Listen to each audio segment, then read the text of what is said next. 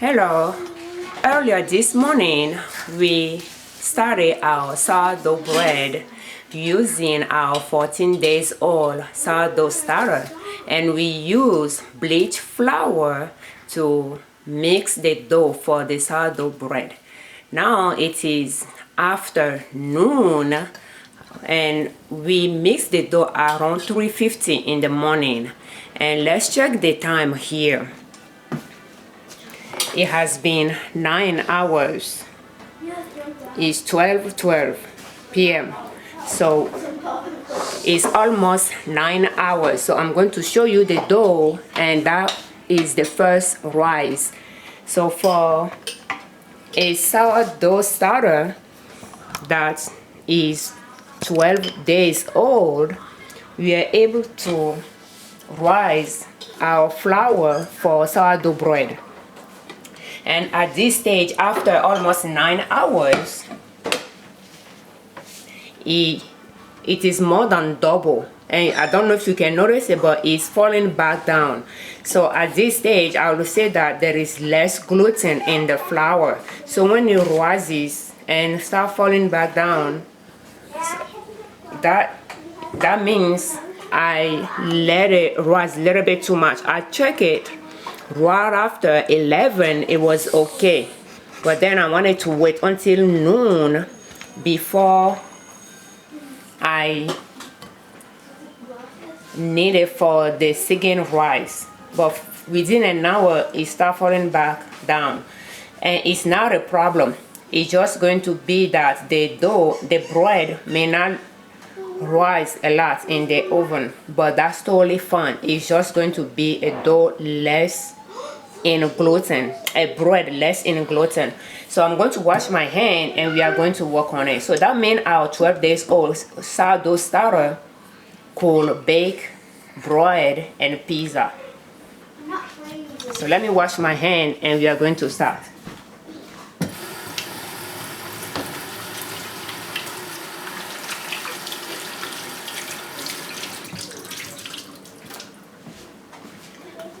And as you can see here, I already have my cast iron pan. That's a Dutch oven, and that's what I like to use. I'm just going to put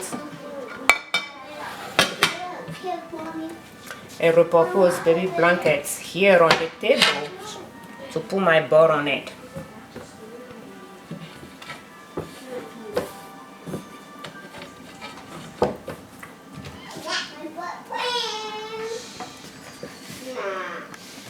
And we have our flour here. That's what we use to mix the dough, and that's bleached flour. So I'm just going to take a little bit to flour the board. And this 5-pound bag, I don't really need that much. This 5-pound bag costs $5.18, and that's 25-pound bag. So divided by 25 times 5, it is about $1.04. So that means with 3 cups that we are using for our flour dough bread, the bread is going to cost us about 26 cents. So what I like to do here is I like to flour my cast iron pan. I have 2 options here. They are free of gluten, so that is going to help having a bread that is not going to stick to our cast iron. So I can use flour, corn flour, because that's what I have. I would like to use it up. Or if you have cornmeal, you can use it. I use either. They work just fine. So I'm just going to put a good amount of corn flour on in my cast iron.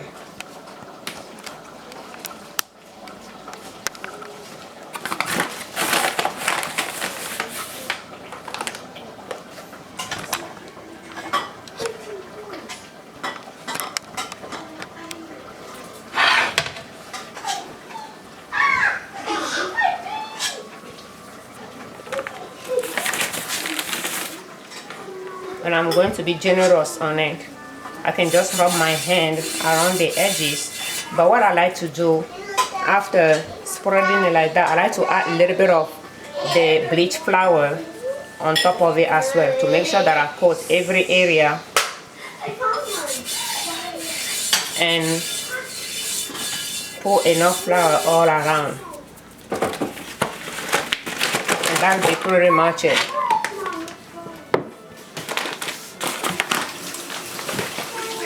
Now we have our flour here, and we have our dough.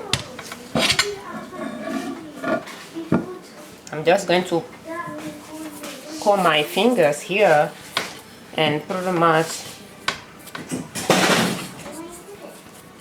scrape the flour away from the ball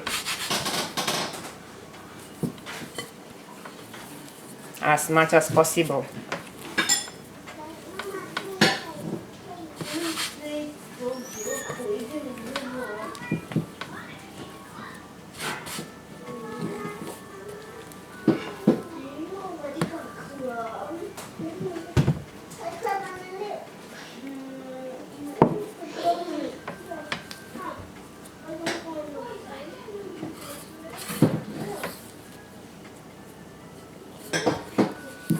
And I think I got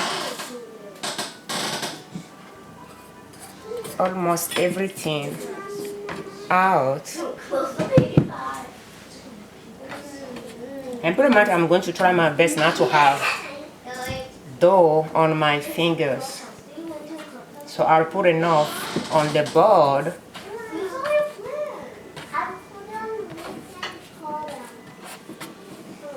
And we are going to start kneading. It's not going to be really kneading. It's just going to be folding.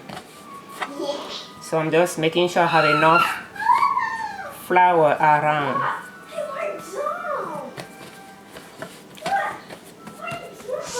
And now that I have my dough like this, I'm going to fold it in and just pat it down.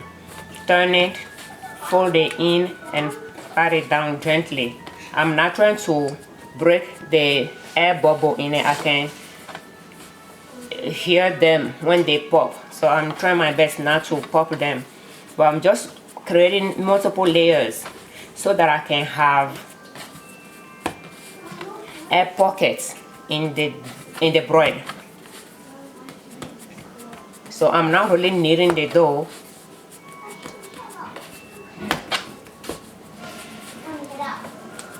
but just created multiple layers in it.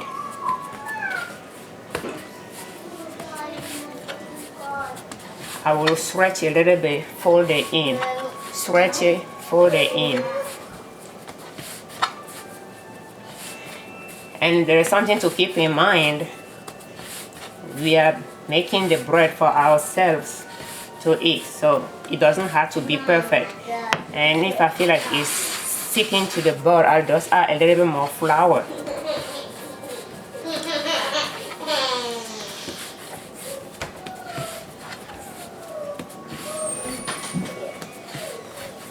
And I already know that by letting it rise a little bit too much, it may not rise much in the oven, but that's totally fine.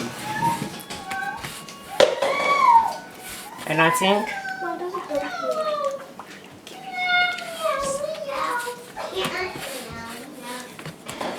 and it didn't take much at all, and that's pretty much it. So what I'm going to do, I'm just going to try to pull edges inside by twisting a little bit, few more times to have a round top.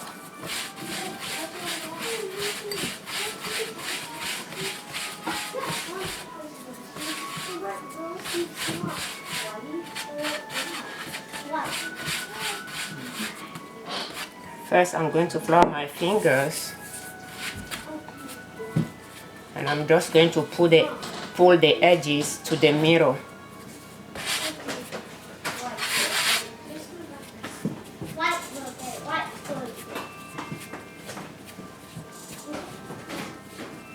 And that's pretty much it.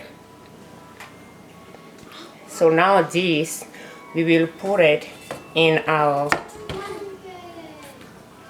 pan here.